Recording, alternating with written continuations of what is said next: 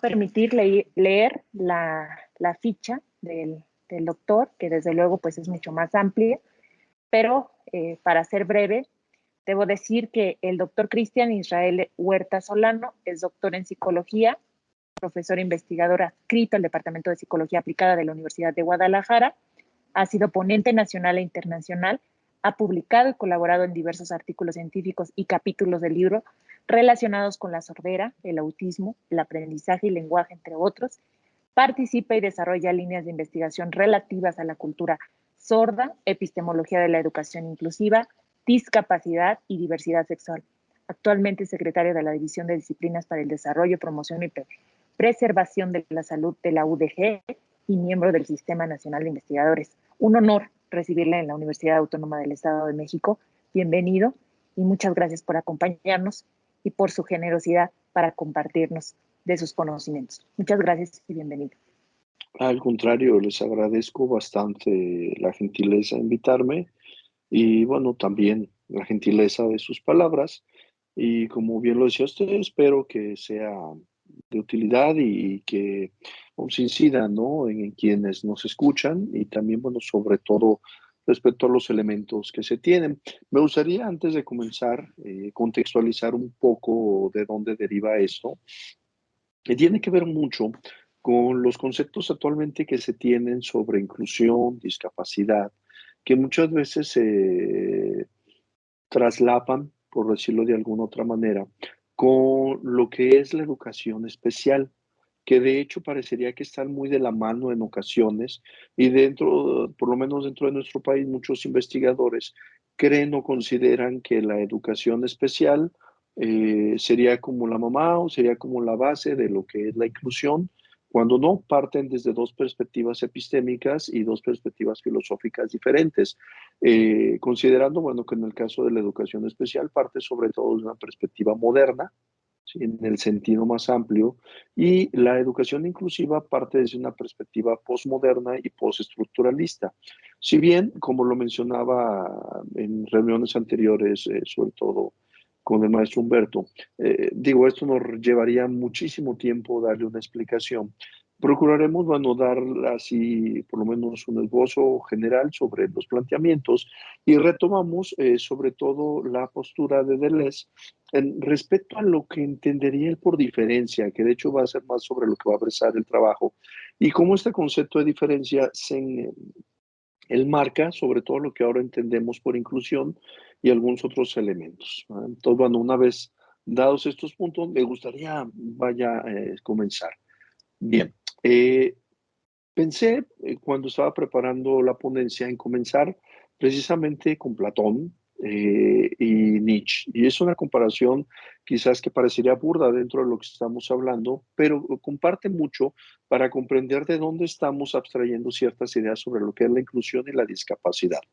Considerando, bueno, que Platón pues, nos habla de un mundo de las ideas como tal, ¿no? Y que en este mundo de las ideas, los filósofos científicos, si lo ponemos en este punto, seríamos aquellos que vamos a develar esas ideas. Y aquí el marco ideas con mayúscula, ¿sí? Con mayúscula y grandes. Esas ideas que son la base de lo que nosotros vemos como la realidad. En el caso de Nietzsche, pues Nietzsche nos habla, ¿no?, que la realidad no es estática, y también de que la realidad es una construcción social y una construcción social moralizada sobre todo, en la que siempre vamos ligados bien, mal, mentira, verdad, que también va ligado discapacitado, persona capacitada, persona que puede, persona que no puede. Y precisamente dentro de esas construcciones sociales, algo que se destaca mucho dentro de los trabajos de Nietzsche, que posteriormente va a tomar Deleuze, es considerar que la verdad como tal, o como la conocemos socializada, pues sería una mentira, la cual pues no se puede develar, sino que es una verdad que se va construyendo o se va haciendo conforme vamos tomando en cuenta los diferentes elementos sociales, que de hecho mucho de esta base filosófica posteriormente se toma en los postulados emitidos por el Upías alrededor de 1978-79 respecto al cómo se construye la realidad social de una persona con discapacidad. Si nos vamos a estos elementos, pues entenderíamos que la función precisamente de la filosofía y enfocada en el caso de la discapacidad o la inclusión tendría que ver con que no vamos a descubrir una verdad como tal, ¿sí? Sino que la verdad como tal dentro de la construcción de lo que es la discapacidad y la inclusión se consideraría como una actividad creativa, ya que, pues la verdad, como ya lo mencioné, se crea y cada persona, cada investigador o persona que se dedique a estos elementos, pues crea, ¿no? Un marco de verdad mediante el cual tratamos de explicar cada momento o cada situación que va experimentando las personas. Y gracias precisamente a este marco conceptual se van determinando parámetros que mueven a los científicos y también que mueven a la sociedad respecto a cómo se va a trabajar. Aquí podríamos encontrarnos con un problema y que es un problema que también aborda y que también refiere al respecto, ¿no? Como la filosofía, por lo menos como la entendemos, nos sirve para crear sistema y establecer jerarquías, muchos de los conceptos sociales, políticos, filosóficos, científicos, están avalados en sistemas, pero retomando o regresando a esta parte idealista platónica, muchos de estos sistemas están basados en elementos trascendentes, es decir, que parecería que están fuera de la realidad del sujeto y estarían más allá de lo que nosotros estamos observando. Es decir, retomando a Platón, pues la verdad del mundo estaría fuera y en ese mundo de las ideas se tiene una finalidad, es teleológico. Vamos a encontrar un fin y está jerarquizado, que de hecho esto se relaciona mucho con la cuestión moderna que posteriormente Lyotard nos explica la condición posmoderna o la posmodernidad explicada a los niños, en las cuales devela ese punto teleológico de fin, no de promesa inicial, no de develar esos elementos de verdad, sino de algo que se va a cumplir a futuro. Y esto lo trabajaremos un poquito más adelante y se verá. Ante esto, precisamente Deleuze recurre al elemento de inmanencia. Y esto quiere decir el no recurrir a elementos externos ni superiores, ya sea Dios, ya sea la promesa de que van a rehabilitar a una persona, la promesa de que vas a ser incluido en todos los ámbitos sociales, sino tomar en cuenta elementos propios del sujeto, elementos propios de su realidad construida, considerando que la realidad como tal pues no es rígida, ¿sí? No es rígida, sino es una realidad fluida. Y en estos elementos, él retoma un punto muy interesante que tiene que ver con la dialéctica hegeliana y que tendría que ver también con los elementos que se ven también en la educación especial. De acuerdo con la dialéctica hegeliana, pues nos encontraríamos por lo menos con tres momentos, ¿no? El momento en sí, que sería el momento absoluto, el momento para sí o la negación de aquel momento primero, y el momento en sí y para sí, que sería la negación de aquella negación que ya hice. La crítica que se hace a estos elementos sería la falsa sensación de cambio que se tiene. Es decir, si nosotros vamos a estos puntos, eh, y aunque se trabaje en triadas, realmente esto es un autodespliegue, porque la contradicción se tiene desde el inicio, es decir, ya se va a saber a dónde se va a llegar. Pongo un ejemplo, perdón lo burdo, pero acá en la universidad donde trabajo, desde hace 2 años, se les da un día a las mujeres para conmemorar el Día Internacional de la Mujer. Y bueno, en un principio las iniciativas que surgían eran en contradicción o eran de alguna otra manera luchaban contra el sistema, ¿no? Que se tenía. Y entonces, bueno, pues ese momento en sí, pues es de lucha, ¿no? Y se genera un poco ríspido. Posteriormente de ese discurso que se tenía por parte de las feministas, las mujeres de mi universidad, lo retomaron y entonces la universidad pues lo toma, ¿no? Lo cual está bastante bien porque dio visibilidad a ciertas cosas. Y posteriormente toman ese discurso y lo toman para sí y hasta dan inclusive un día. Es decir, sí reconocen el elemento de la mujer, sí reconocen todas estas situaciones, pero posteriormente se llega al mismo punto. Aquello que en un principio parecía revolucionario y lo sigue siendo, termina entrando dentro del sistema, que es también lo que pasa, por ejemplo, ahorita con la lucha respecto a la diversidad sexual, que muchos de estos elementos van entrando en las instituciones y bueno, si bien es cierto, se ve un avance, se corre el riesgo de perder aquellos elementos esenciales o primordiales que se tenían respecto a esto. Es decir, si hay un movimiento, pero es un movimiento que se da en un elemento fijo, es un elemento que ya se sabe que va a pasar, es decir, lo instituido, lo institucionalizable, termina siendo nuevamente instituido como la lucha del 68 y todos estos elementos. Y es donde nacen muchas de estas propuestas. Entonces, aquí el asunto es considerar aquellos elementos dentro de lo que se considera la discapacidad y de la inclusión, que tener cuidado sobre aquellos momentos que no son propios de un movimiento fijo, sino que tendrían que darse aquel movimiento real respecto a lo que se está dando. Considerando estos elementos, Deleuze nos sugiere, nos ilustra precisamente en el libro de Diferencia y Repetición sobre varios elementos fundamentales. Y el primero, bueno, nos dice que la realidad como tal, pues sería un cambio constante. Y en esto nos vamos a encontrar elementos de diferencia, lo cual pues resultan obviamente relevantes.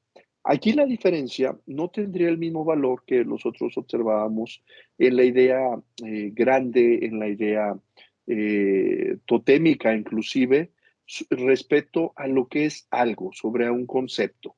Es decir, aquí no nos vamos a encontrar con una idea fija, sobre conocer las cosas que son. Y entonces no nos vamos a salir de ese punto por lo que se corresponde. Es decir, una persona con discapacidad es una persona con discapacidad desde el sentido médico y no nos vamos a mover de aquí. Y el autor nos incita a también considerar aquellos elementos que, vamos, en su punto social nos refería, es decir, cuando nosotros tenemos nuestros sistemas de signos, que son los que comunican, funcionan por diferencia, es decir, nosotros conocemos las cosas más por lo que no son que por lo que son. Es decir, conocemos eso por la diferencia.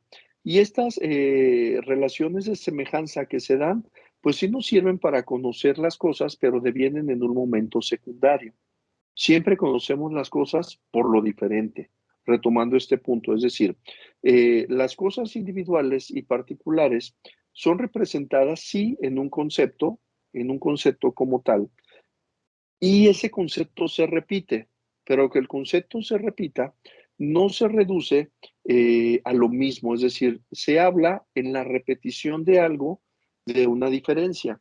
Y precisamente en esta repetición se da una expresión de movimiento y esto se entiende, ¿no? Por ejemplo, yo puedo hablar de una persona con discapacidad y utilizo el mismo concepto para referirme a otra persona con discapacidad o una persona de la diversidad sexual o una persona gay o una persona lesbiana o una persona trans.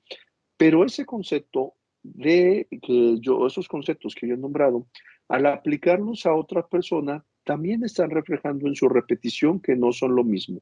Es decir, nos habla de una diferencia respecto a las personas o de respecto a lo que estamos dirigiendo en ese concepto. Quizás es un poco complejo hablar en este sentido de que a utilizar el mismo concepto no repetimos.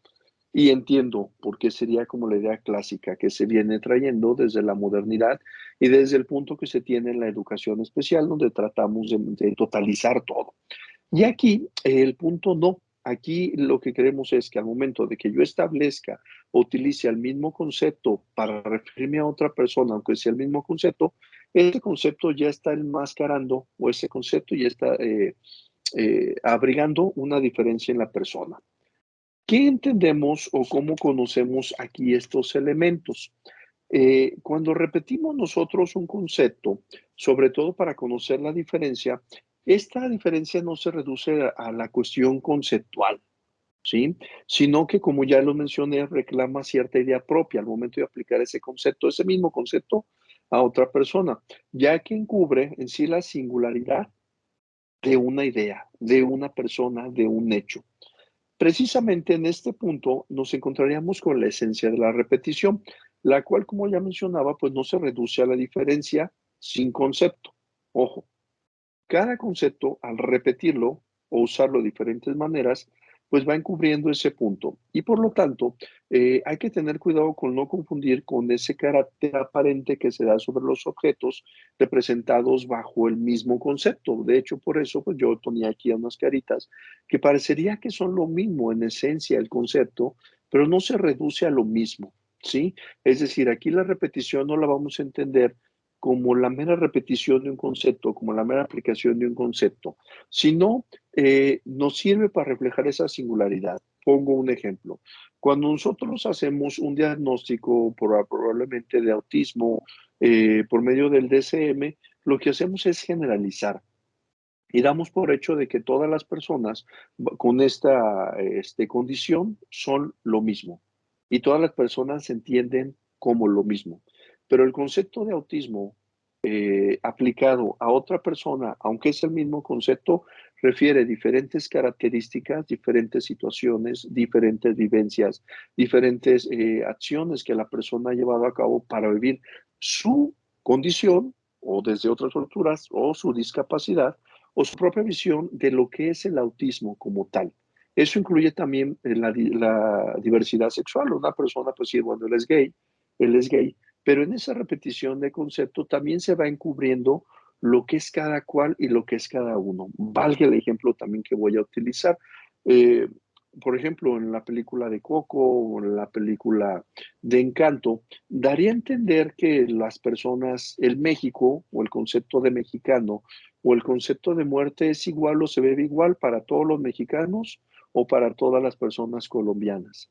Sin embargo, este concepto totaliza y unifica lo que realmente no es. Es decir, cada persona en México vivimos lo que es la muerte o vivimos la muerte de un ser querido de una manera diferente. Pero el adueñarse precisamente de este tipo de sistemas totalizadores que se tienen por parte de ciertas empresas o ciertas cuestiones capitales, se adueñan del concepto y se aplica el mismo, cuando realmente los conceptos que tenemos se van aplicando a las diferencias en las personas. Es decir, aquí tendríamos que rescatar la idea de singularidad que encubre ese concepto, aunque se repita, y rescatarlo como un poder, como el poder que tiene de una idea como tal. Bien, la repetición, como ya lo mencionamos en la naturaleza, pues no se da igual, ¿no? Y aquí hay que tener en cuenta algunos elementos claros sobre lo que es la repetición. La repetición como tal, pues serían generalidades, ¿no? Máscaras de esta singularidad. Y no podríamos entender la inclusión o no podríamos entender también la filosofía de la inclusión mediante la creación de conceptos constantes. Es decir, puedo utilizar el mismo concepto, como ya lo mencioné, pero este concepto no es fijo, no es constante. Solamente funciona ese concepto de hablar de discapacidad o hablar de inclusión para dar sentido, pero realmente no alude a lo mismo al aplicarlo a diferente persona, ya que en todo caso pues se tratan de máscaras simbólicas, ¿no? Que solamente ponen de manifiesto esta insuficiencia que tenemos del concepto como tal y también los límites de ese concepto del que estamos hablando. Es decir, la repetición del concepto de discapacidad aplicado a diferentes personas contiene en sí mismo la diferencia que se aplica a cada persona, a diferencia de lo que se hacía con la integración o la educación especial, que el concepto de discapacidad englobaba a todos. De hecho, recordemos un poco los censos de discapacidad que se han hecho en nuestro país y siempre parecerían aludir a lo mismo, siempre parecerían aludir a la misma cantidad de personas. De hecho, precisamente por eso los censos no son tan confiables en muchos sentidos.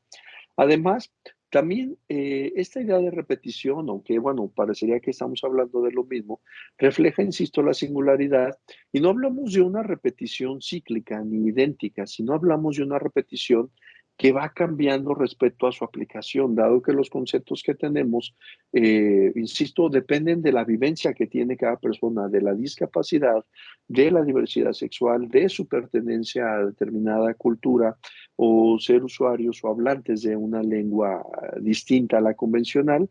Y esto precisamente contiene esa idea primordial de lo que es el movimiento. Así, si nosotros aplicamos estos conceptos ya a lo que sería la educación especial, a todo esto, nos encontramos con diferencias muy grandes, dado que cuando hablamos de educación especial, como ya lo mencionan, nos hablamos de conceptos fijos, nos hablamos de conceptos que se aplican de manera general, conceptos en los que las personas son generalizadas, son homogeneizadas, y hablamos exactamente de lo mismo.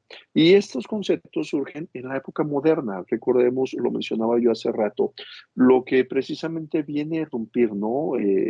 Lyotard en este sentido también, abogando que, bueno, esta ruptura de los grandes paradigmas o aquellas promesas que se tenían o los grandes relatos de la historia están fundados en promesas, ¿no? Por ejemplo, en la educación especial, la promesa era yo te voy a integrar y una vez que te integres te voy a rehabilitar y tú te vas a integrar a una sociedad.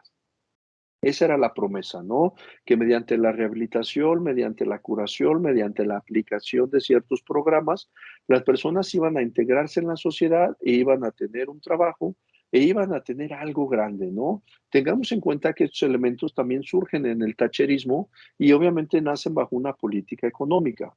En el caso de los conceptos de inclusión, nacen precisamente de aceptar la diferencia y la diferencia no en un sentido solamente lo diferente, sino dar cuenta de que aquello diferente tiene valor, de que aquello diferente tiene su propia narrativa, aquello diferente ya no entra en los conceptos de anormalidad, lo cual también es peligroso que entre todo en los conceptos de anormal a normal y normalicemos el punto, pero aquí surge desde la narrativa de las personas. Por ejemplo, la inclusión nace a partir de las propuestas de Lupías en 1978 y nace sobre todo en respuesta a la publicación del informe Warno desde 1974, 75 aproximadamente, en el que la voz de las personas con discapacidad, la voz de las personas distintas, anormales considerados por ellos, fue rescatada solo por unos pocos y fueron quienes definieron cuál era el concepto de diferente, quiénes eran los diferentes, quiénes eran los anormales, quiénes eran los enfermos, quiénes eran los discapacitados. Y la crítica precisamente a estos conceptos derivados de la integración, de la educación especial, es que no hay el rescate de la vivencia de cada una de las personas ni la voz de cada una de las personas. Y entonces en estos se retoma el concepto para generar personajes conceptuales. De hecho, para vindicar ciertas teorías o también para dejarlas claras, pues se necesitan personajes conceptuales para aplicárselos a alguien. Por ejemplo, cuando hablamos de discapacidad, pues necesito un discapacitado. Cuando hablo de homosexualidad, pues necesito a un homosexual, es decir, a través de esos conceptos creados desde la modernidad en la cual la diferencia se aplicaba uniformemente y no se, se entendía esa repetición como ya de entrada diversidad, se tendía o se tiende, inclusive todo en algunos casos, a señalar al personaje como tal con todas las concepciones y con todos los conceptos que se aplican desde estas visiones totalitarias y que también se hacen de estas visiones que prometen algo. Pareciera un poco contradictorio porque cuando nosotros hablamos de inclusión, diríamos, bueno, hablo de inclusión y la idea es incluir a todos. Creo que eso sería algo peligroso, porque al final de cuentas no podríamos primero lograrlo y segundas tampoco concuerda con la visión paradigmática que se tiene de la inclusión. Cuando tú hablas de incluir a todo mundo, estás hablando de igualar a todos, de normalizar a todos a una regla. Cuando la idea de la inclusión tendría que ver con observar las diferencias y vivir en la diferencia. Y vivir en esa repetición, sí, pero de las diferencias y particulares. Precisamente los conceptos que se tienen tendrían que ver sobre quién habla de ellos y cómo los firma. Pongo aquí dos ejemplos, ¿no? En el caso del informe Warnock, que ya lo mencionaba, Mary Warnock formula el informe a partir de una petición que hace Margaret Thatcher aproximadamente en 1972 y en esta incluye aproximadamente a 25 personas, solamente dos de ellas con discapacidad, por cierto, discapacidad auditiva y padres de estas personas con discapacidad. Para esto se determinó con el 5% solamente de la población de personas con discapacidad del Reino Unido, se hizo un informe que solo aplicaba para ese país, aplicaba para esas circunstancias sociales y aplicaba para ese momento histórico, que de hecho fue bajo presión mundial para respetar los derechos de las personas. Sin embargo, de aquí surge el concepto de necesidades educativas especiales, el concepto de integración, que referido a un país se llevó a todo mundo mediante la Declaración de Salamanca años después, en los años 90, sin tener en cuenta que este concepto que fue particular bajo ciertas condiciones se lleva a otras particularidades sin siquiera preguntar a las personas con discapacidad las afectaciones o las situaciones que estaban viviendo respecto al uso de este concepto de educación especial o a este concepto de necesidades educativas especiales. En el caso de los trabajos de Oliver, se sustenta sobre todo en la narrativa de las personas, dado que él también es una persona con discapacidad y obviamente se enfrentó a diferentes circunstancias sociales. No es lo mismo decir yo soy una persona que trabaja en pro de los derechos de tal grupo de personas, además involucrarte, no precisamente compartiendo la condición, pero involucrarte y vivir. Mary Ward no lo conocía ni siquiera, estas condiciones, y Oliver las vivía totalmente. Es decir, cuando vemos estos conceptos, aunque vamos, están englobados en diferentes paradigmas, se ve la firma tanto de una como de otra. Mary Ward nos partía de intereses políticos, de incorporación laboral, y Oliver partía de la reivindicación de los derechos civiles y los derechos humanos de las personas con discapacidad. Y de ahí que estos conceptos, cuando se trabajan, recurren a un punto interesante, la necesidad de convencer a otros de usarlos y de requerir y recurrir a estos para su uso. Es decir, los conceptos que usamos respecto a inclusión, diversidad, necesitan pues llegar a las personas para que los usen, para que los sustenten y para que sigan generando teoría. Y ahí, por ejemplo, hace poco leía un artículo que me pareció muy interesante y hablaba precisamente sobre el punto en el que hablaba diferentes estatus de la que sería la inclusión. Y el primer punto lo señalaba precisamente como la educación especial, como si fuera el primer peldaño. Vamos, esto es peligroso en el sentido conceptual porque no se tratan de elementos similares, parten de situaciones distintas y de elementos epistémicos y ontológicos totalmente diferentes, pero ante este convencimiento o ante esta situación en la que requiere que el paradigma que se tiene se expanda, a lo que se hace es pues diseminar el concepto y a veces ni siquiera se piensa en el cómo se hace. Digo, no vamos tan lejos, ¿no? El uso de palabras peyorativas en nuestro país y en muchos otros países respecto a la homosexualidad, respecto a la vivencia de o pertenencia a un pueblo originario, tienen mucho que ver el cómo diseminamos ciertos conceptos y ciertas formas también de vivir aquella diversidad y aquella culturalidad. Y estos obviamente tarde o temprano llegan a sesgar la forma en la que los investigadores hacen sus informes, en las que llevan a cabo la escritura de ciertos artículos y obviamente llegan a impactar a la forma en la que se ve a las personas y también la forma en la que se está construyendo esa realidad, como lo mencionaba Deleuze, y la forma en la que esa realidad va a impactar en la ciencia, porque bueno, la ciencia también incluye política e incluye economía, eso es indudable. ¿Qué hay que considerar aquí en esto? Cuando hablamos de inclusión, sería imposible hablar de universales, ¿sí? La inclusión, de hecho, no nace en el concepto de diferencia y de rescate individual, no nace tratando de hacer algo universal.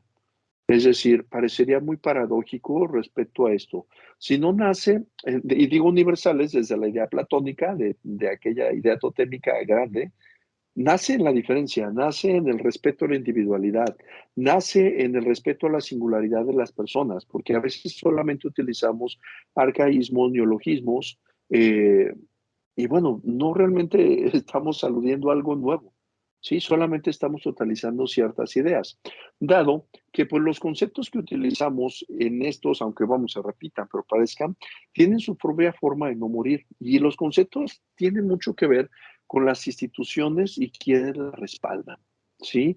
Un concepto, por ejemplo, que se perpetuó muchísimo y regreso al término de necesidades educativas especiales, pues fue ese, ¿no? Y ese fue respaldado por la política inglesa en su momento, se llevó a todo el mundo, pero aproximadamente entre 2001 y 2010 tuvo consecuencias nefastas para las personas, dado que era un término que nace desde un punto de vista más económico. Y, por ejemplo, en Inglaterra o en Reino Unido, en Irlanda, el uso de ese concepto delimitaba el ingreso de las personas con discapacidad a las escuelas, porque dado que la obtención de recursos económicos fiduciarios para una empresa, digo, para una escuela, tendrían que ver con el rendimiento escolar que se tenía. Entonces, si yo tenía en mi escuela 100 alumnos y de esos 100 alumnos, 15 tenían en esos términos una necesidad educativa especial, mi rendimiento escolar iba a disminuir. Y entonces muchas de las escuelas no querían recibir personas con discapacidad, englobadas en el término de necesidades educativas especiales, porque iban a disminuir su ingreso respecto a lo que daba el gobierno para esa escuela o para esa institución. Y sucede con otros conceptos, por ejemplo, el concepto de homosexualidad, el concepto de gay que fue respaldado durante mucho tiempo por la OMS o que fue respaldado por la Asociación Americana de Psicología, entendiéndolo como una patología, llevó precisamente al respaldo de estas instituciones a desvirtualizar la concepción particular, porque aquí sucede algo grave. Parecería que el discurso de aquel o de aquella persona que no está adherida desde su vivencia particular a una institución que respalda cosas grandes, parecería que es un discurso que no vale, parecería que es un discurso que está dejado de lado. Por ejemplo, muchas veces no se rescata el hecho de la herbolaria o las plantas medicinales que usan en muchos de nuestros pueblos o muchas de nuestras personas, porque parecerían algo que no está dentro de la ciencia, no hay quien respalde eso. Sin embargo, si esas mismas plantas, si esas mismas acciones medicinales que conocen nuestros pueblos, lo toma un médico y lo vende en la televisión o inclusive lo promociona en algún programa, adquiere valor, es decir, es quien respalda, lo cual es, vamos, hegemónico, pero también grave en el sentido de robarse el discurso de las personas y no respetar esa diferencia o esa individualidad. También es importante valorar la legitimidad de las pretensiones que se tienen y sobre todo analizar las condiciones en que estamos creando conceptos de diferencia y también cómo estamos educando sobre este concepto y cómo le estamos dando vida, cómo lo estamos diseminando, cómo lo estamos compartiendo con las demás personas en los diferentes entornos de trabajo.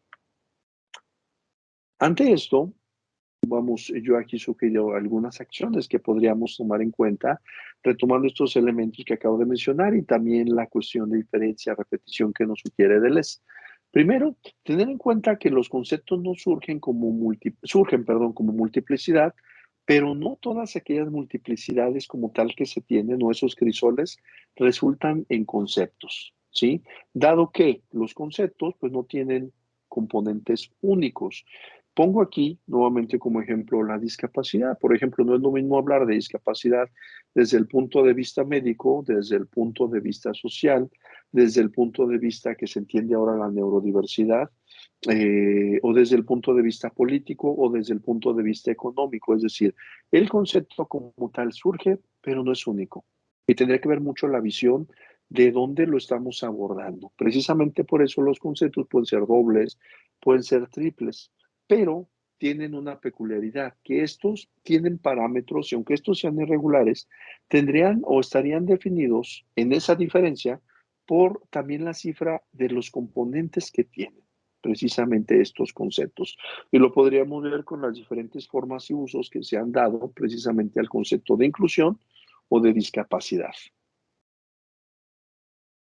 Es decir, cuando hablamos de un concepto, en este caso de discapacidad o el concepto de inclusión, primero tendríamos que tener en cuenta, como ya lo mencioné, que aunque sea un concepto que se repita o se aplique o administre a diferentes personas, solamente enmarcan la deficiencia así del concepto, sus límites o sus parámetros, pero también nos están ilustrando respecto al cómo van encubriendo, como ya lo mencioné, aquella diferencia implícita al aplicar cada concepto.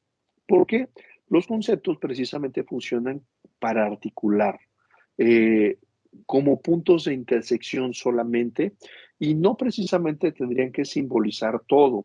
Hace unos días, una de las personas con las que trabajamos recibió una noticia bastante grave, por lo menos en el sentido que una persona muy llegada a ella tenía síndrome de Turner.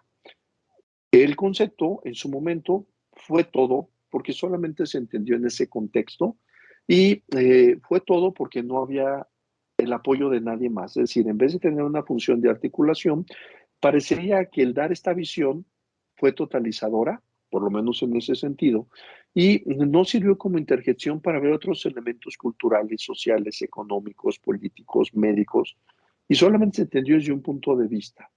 No hubo una articulación. Precisamente porque estos conceptos, como lo menciono por aquí, no totalizan los componentes. Es decir, cuando hablamos de inclusión, hablamos de un todo diferente, pero también hablamos de un todo fragmentario. Y teniendo en cuenta que solamente podemos conceptualizar o la inclusión, o la discapacidad, o la diversidad sexual, o la pertenencia a un pueblo originario, en relación con otro o con lo otro, ¿sí? O con lo diferente, porque también es que va determinando.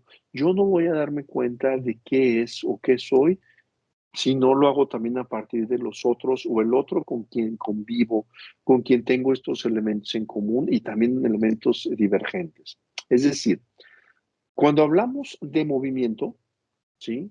Y hablando de la diferencia y diversidad en todos los sentidos, eh, aquí resolvemos ese sujeto de Descartes moderno y se pasa precisamente a una situación postmoderna, inclusive postdisciplinar y postestructural, respecto a lo que ya se está explicando de esta diferencia. De ahí que al estudiar precisamente todos estos conceptos de inclusión, de discapacidad y de inclusive necesidades educativas, hay que tener en cuenta que los conceptos no son discursivos. Y allí, cuando nosotros volvemos discursivos, también son incriminatorios respecto a alguien y su aplicación. No nos sirven para enlazar cosas, no funcionan como vamos, máscaras en el sentido social de proliferar cosas. ¿Va? No tienen esa función.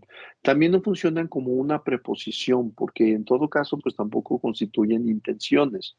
Y lo que sí, los conceptos tienen que ver con el estado de las cosas, de los cuerpos, y también con las condiciones de relación que tiene este concepto, ¿no? Cuando yo hablo de una persona con discapacidad, cuando hablo de una persona de la diversidad sexual, observo su condición, su particularidad, aunque sea el mismo concepto, pero estoy hablando de esa diferencia que engloba o que marca más bien a la persona y cómo se relaciona con las diferentes condiciones en las que está inmersa, cómo se relaciona con las condiciones en las que interactúa y cómo se relaciona con las condiciones que también esta persona crea, aunque sea a partir de un mismo elemento. También tener en cuenta que cuando hablamos de educación inclusiva, los conceptos que usamos solo son herramientas, ¿sí? En todo caso epistemológicas y metodológicas que nos sirven para intermediar, pero que la vivencia particular de la inclusión o la exclusión, en todo caso, la vive la persona en sí misma todos los días, ¿no? Al recibir cierto trato, ciertas acciones.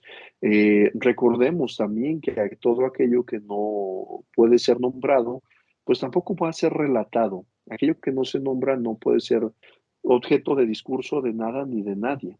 Entonces ya hay la importancia también de trabajar estos conceptos de inclusión como formas de rearticular la forma en la que yo estoy viendo, trabajando la inclusión con las personas. Y también tener en cuenta que cuando hablamos de inclusión, también hablamos de ciertos funcionamientos tropológicos, es decir, muy localizados, ante ciertas crisis que tenemos de representación actual, sobre todo de los conceptos que usamos de inclusión, sobre los conceptos que usamos de discapacidad, los cuales sí refieren o requieren de un análisis conceptual, epistémico, ontológico, mucho más profundo para saber dónde se están usando y cómo se están usando. Porque desde este sentido, aunque insisto, parecería que repetimos lo mismo o el mismo concepto, no estamos hablando de lo mismo. Y precisamente esto alude todavía a la necesidad de diferenciar aquellas situaciones en las que parecería que estamos haciendo inclusión, cuando lo que estamos haciendo es o discriminación positiva o en todo caso estamos solamente integrando a las personas. No estamos ni siquiera validando su diferencia porque está inmiscuida en un concepto que consideramos totalizador y no estamos viendo detrás de ese concepto aquella máscara o aquel elemento que permite ver la diferencia y la individualidad de cada persona, ¿verdad? Bueno, pues hasta aquí ponencia y los elementos pues expuestos. Les agradezco.